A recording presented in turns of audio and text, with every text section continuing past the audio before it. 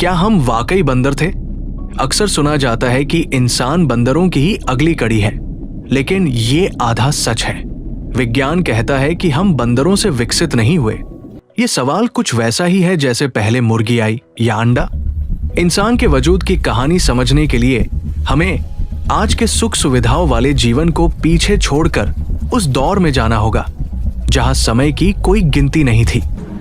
अक्सर लोग पूछते हैं कि इंसान का पहला पूर्वज कौन था, लेकिन उस पूर्वज से पहले ये धरती कैसी थी? ये सवाल कुछ वैसा ही है कि बीज पहले आया या मिट्टी। बिना उपजाऊ मिट्टी के बीज पनप नहीं सकता था, और बिना बीज के मिट्टी में हरियाली नहीं आ सकती थी। आज से करीब 4.5 अरब साल पहले अंतरिक्ष के विशाल सन्नाटे में एक भयानक हलचल हुई। धूल और गैस के गुबार आपस में टकरा रहे थे। गुरुत्वाकर्षण ने इन्हें आपस में जोड़ना शुरू किया और एक दहकता हुआ गोला बना, हमारी पृथ्वी। उस समय की पृथ्वी आज की तरह नीली और शांत नहीं थी। वो आग उगल रही थी, हर तरफ लावा की नदियां बह रही थी और आसमान से बड़े बड़े पत्थर गोलों की तरह बरस रहे थे। उस खौफनाक मंजर में जीवन की कल्पना करना भी असंभव था। लाखों सालों तक ये आग जलती रही। जहरीली गैसों का ऐसा पहरा था कि कोई भी जीव एक पल भी जिंदा नहीं रह सकता था। लेकिन कुदरत का खेल बड़ा निराला है। विनाश के इसी खेल के बीच निर्माण की नींव रखी जा रही थी। अंतरिक्ष से गिरते बर्फ के टुकड़ों और पत्थरों ने धीरे धीरे इस जलती हुई धरती को ठंडा करना शुरू किया। वो गर्मी, वो भाप और वो धुआं सब मिलकर बादलों में बदलने लगे। फिर शुरू हुई वो बारिश जो सदियों तक नहीं रुकी। इसी बारिश ने उन गड्ढों को भरा जिन्हें आज हम महासागर कहते हैं। लेकिन क्या सिर्फ पानी आ जाने से इंसान आ गया? बिल्कुल नहीं। पानी तो आ गया था, लेकिन वो बेजान था। उस खौलते और बदलते पानी के भीतर कुछ ऐसा छिपा था जो सागरों का निर्माण हुआ। तब भी चारों तरफ सन्नाटा पसरा था। न कहीं घास थी, न कोई परिंदा। लेकिन समुद्र की अतल गहराइयों में, जहां गर्म लावा पानी के संपर्क में आ रहा था, वहां रसायनों का एक अद्भुत मेल हो रहा था। आज से करीब 4.25 अरब साल पहले उसी रासायनिक उथल पुथल के बीच जीवन की पहली बूंद तैयार हुई। ये एक सूक्ष्म जीव था जिसे नग्न आंखों से देखना नामुमकिन था, लेकिन इसके पास एक ऐसी ताकत थी जो पत्थरों या पानी के पास नहीं थी। ये खुद की नकल तैयार कर सकता था। यहीं से शुरू हुआ जीवन का वो लंबा और कठिन सफर, जिसने लाखों सालों तक खुद को समुद्र की लहरों में छिपाए रखा। ये जीव धीरे धीरे विकसित हुए और इन्होंने सूरज की रोशनी से ऊर्जा बनाना सीखा। इसका परिणाम ये हुआ कि धरती के वातावरण में पहली बार प्राणवायु घुलने लगी। ये हवा ही थी जिसने भविष्य के इंसानों के लिए नींव रखी। लेकिन क्या आपको लगता है कि जीवन का ये रास्ता सीधा और आसान था? बिल्कुल नहीं। कुदरत ने समय समय पर जीवन की परीक्षा ली और ऐसे महाविनाश आए जिन्होंने सब कुछ खत्म करने की कोशिश की।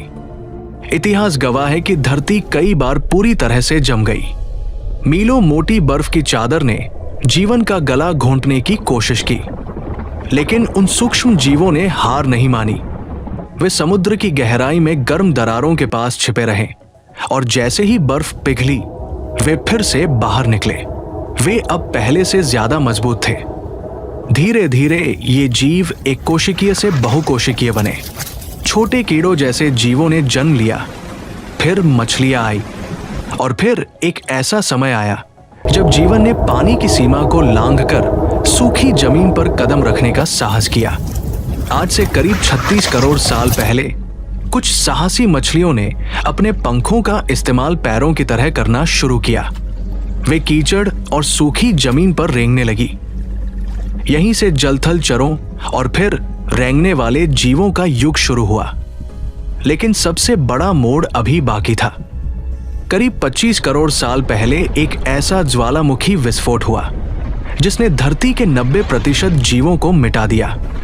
इस विनाश की राख से जो जीव बचे, उनमें से एक नई प्रजाति निकली जिसे हम विशालकाय सरीसृप या भीमकाय छिपकलियों के नाम से जानते हैं। इन्होंने इस धरती पर करीब 15 करोड़ साल तक राज किया।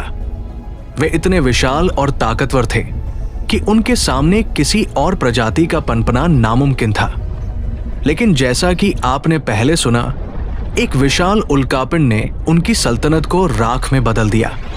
उस तबाही के बाद जहां बड़े बड़े राक्षस जैसे जीव मारे गए, वहीं कुछ छोटे चूहे जैसे स्तनधारी जीव बच निकलने में कामयाब रहे। यही हमारे वो पूर्वज थे जिन्होंने उस भयानक आग और धुएं के बीच भी जीने की जिद नहीं छोड़ी। विशालकाय जीवों के अंत के बाद धरती का नजारा किसी श्मशान जैसा था। लेकिन इसी राख के ढेर से आधुनिक जीवन की सबसे बड़ी कहानी लिखी जानी थी। वो छोटे स्तनधारी जीव जो जमीन के नीचे बिलों में छिपे थे, अब बाहर आ चुके थे। उनके लिए पूरी दुनिया खाली थी। न कोई शिकारी था, न ही कोई रोकने वाला। लेकिन उनके सामने सबसे बड़ी चुनौती थी बदलती हुई दुनिया में खुद को ढालना। आज से करीब 6 करोड़ साल पहले इन छोटे जीवों ने खुद को अलग अलग रूपों में बांटना शुरू किया। कुछ ने जमीन पर दौड़ना सीखा तो कुछ ने पेड़ों का रुख किया। जो जीव पेड़ों पर चढ़े वही हमारे वानर रूपी पूर्वज बने। पेड़ों पर रहने की वजह से उनके शरीर में क्रांतिकारी बदलाव आए। उनके पंजों की जगह लचीली उंगलियों ने ले ली ताकि वे टहनियों को मजबूती से पकड़ सकें। उनकी आंखें चेहरे के सामने आ गई, जिससे उन्हें गहराई और दूरी का सही अंदाजा होने लगा, जो पेड़ों पर एक डाल से दूसरी डाल कूदने के लिए बहुत जरूरी था। ये बदलाव सुनने में मामूली लग सकते हैं, लेकिन यही वो बुनियादी पत्थर थे जिन्होंने इंसान के निर्माण की शुरुआत की। आज से लगभग 5 करोड़ साल पहले धरती फिर से घने और हरे भरे जंगलों से ढक चुकी थी। हमारे पूर्वज इन जंगलों के राजा थे। वे फल खाते, सामाजिक समूह में रहते और धीरे धीरे अपनी बुद्धि का विकास कर रहे थे। करीब 3 करोड़ साल पहले इनमें से एक ऐसी शाखा निकली जिनकी पूंछ गायब होने लगी थी और इनका दिमाग बाकी जानवरों के मुकाबले बड़ा होने लगा था। लेकिन कहानी में असली रोमांच तब आया जब कुदरत ने फिर करवट ली। आज से लगभग 80 लाख साल पहले अफ्रीका की धरती के भीतर हलचल हुई और विशाल घाटियों का निर्माण हुआ। पहाड़ों की ऊंची दीवारें खड़ी हो गई, जिन्होंने बाद जंगल सूखने लगे और घास के मैदान बनने लगे। अब पेड़ों की संख्या कम हो गई और एक पेड़ से दूसरे पेड़ की दूरी बढ़ गई। यही वो ऐतिहासिक मोड़ था जहां हमारे पूर्वजों के सामने मौत और जिंदगी का सवाल खड़ा हुआ। या तो वे सूखते जंगलों के साथ खत्म हो जाते, या फिर वे जमीन पर उतरकर खुले मैदानों में चलना सीखते। पेड़ों से उतरकर घास के मैदानों में चलना बहुत खतरनाक था, क्योंकि वहां घात लगाकर बैठने वाले शिकारी जानवरों की कमी नहीं थी। घास ऊंची थी, इसलिए शिकारियों को देखने के लिए उन्हें अपने पिछले 2 पैरों पर खड़ा होना पड़ा। यही वो क्षण था जहां मानव वंश का उदय हुआ। 2 पैरों पर खड़ा होना सिर्फ चलने का एक तरीका नहीं था, बल्कि इसने हमारे पूर्वजों के हाथों को आजाद कर दिया। अब उन हाथों से वे चीजें उठा सकते थे, बच्चों को गोद में ले सकते थे और सबसे महत्वपूर्ण हथियार पकड़ सकते थे। 2 पैरों पर खड़ा होना कुदरत का सबसे बड़ा जुआ था। जब हमारे पूर्वजों ने जमीन पर कदम रखा तो उनके पास न तो शेर जैसे नुकीले दांत थे और न ही चीते जैसी रफ्तार। उनके पास सिर्फ एक चीज थी, आजाद हुए हाथ और एक ऐसा दिमाग जो अब नई संभावनाओं को तलाशने लगा था। आज से करीब 40 लाख साल पहले अफ्रीका के मैदानों में एक ऐसी प्रजाति पनप रही थी जिसका सबसे मशहूर अवशेष लसी के नाम से जाना जाता है। लसी की खोज ने पूरी दुनिया को हिलाकर रख दिया था। वो केवल 3.5 फीट की थी। उसका चेहरा वानरों जैसा था, लेकिन उसके कूल्हे और घुटने साफ बता रहे थे कि वो इंसान की तरह सीधी चलती थी। लसी वह पुल थी जिसने पुराने पूर्वजों और आधुनिक इंसानों के बीच की दूरी को मिटा दिया। दरअसल जब हम 2 पैरों पर खड़े हुए तो शरीर की ऊर्जा बचने लगी और हाथों के इस्तेमाल ने दिमाग के उन हिस्सों को जागृत किया जो योजना बनाने के काम आते थे। इंसानी विकास की कहानी में सबसे बड़ा धमाका तब हुआ जब आज से करीब 25 लाख साल पहले कामकाजी इंसानों का उदय हुआ। इन्होंने वो काम किया जो पृथ्वी पर करोड़ों सालों में किसी जीव ने नहीं किया था, औजार बनाना। इन्होंने पत्थरों को आपस में टकराकर उन्हें नुकीला बनाया ताकि वह मांस काट सके और जड़ों को खोद सके। औजार बनाने की इस कला ने हमारे पूर्वजों को जानवरों की कतार से निकालकर शिकारी की कतार में खड़ा कर दिया। जैसे जैसे ये पूर्वज मांस खाने लगे, उनके शरीर को मिलने वाली ऊर्जा बढ़ गई। मांस के पोषण ने दिमाग के आकार को तेजी से फैलाना शुरू किया। इसके बाद आए वो साहसी यात्री जिन्होंने अफ्रीका की सीमाओं को पार किया और दूर दराज के इलाकों तक फैल गए। इन्होंने ही सबसे क्रांतिकारी खोज की, आग पर काबू पाना। आग ने न केवल उन्हें ठंड और शिकारियों से बचाया, बल्कि खाना पकाकर खाने की सुविधा भी दी। पका हुआ खाना पचाना आसान था, जिससे जबड़े छोटे होने लगे और मस्तिष्क के विकास के लिए सिर के भीतर ज्यादा जगह बनने लगी। लेकिन यहां एक पहेली अभी भी बाकी है। ये पूर्वज हजारों सालों तक धरती पर रहे, लेकिन वे हमारी तरह कलाकृतियां नहीं बना सकते थे, सभ्यताएं नहीं बसा सकते थे। विकास की इस लंबी दौड़ में अब हम उस मोड़ पर आ चुके हैं जहां से आधुनिक मनुष्य का चेहरा साफ दिखाई देने लगता है। आज से करीब 3 लाख साल पहले अफ्रीका की बदलती जलवायु के बीच एक नई प्रजाति का उदय हुआ, जिसे हम आज के इंसान के रूप में पहचानते हैं। लेकिन हमारे पूर्वजों के सामने एक बहुत बड़ी चुनौती थी। उस समय धरती पर हम अकेले इंसान नहीं थे।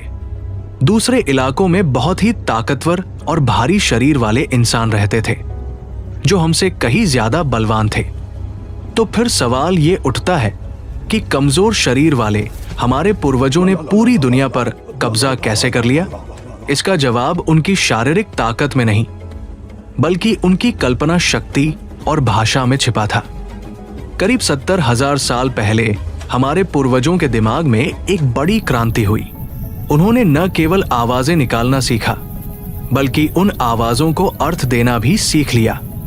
वे अब आपस में जटिल जानकारियां साझा कर सकते थे।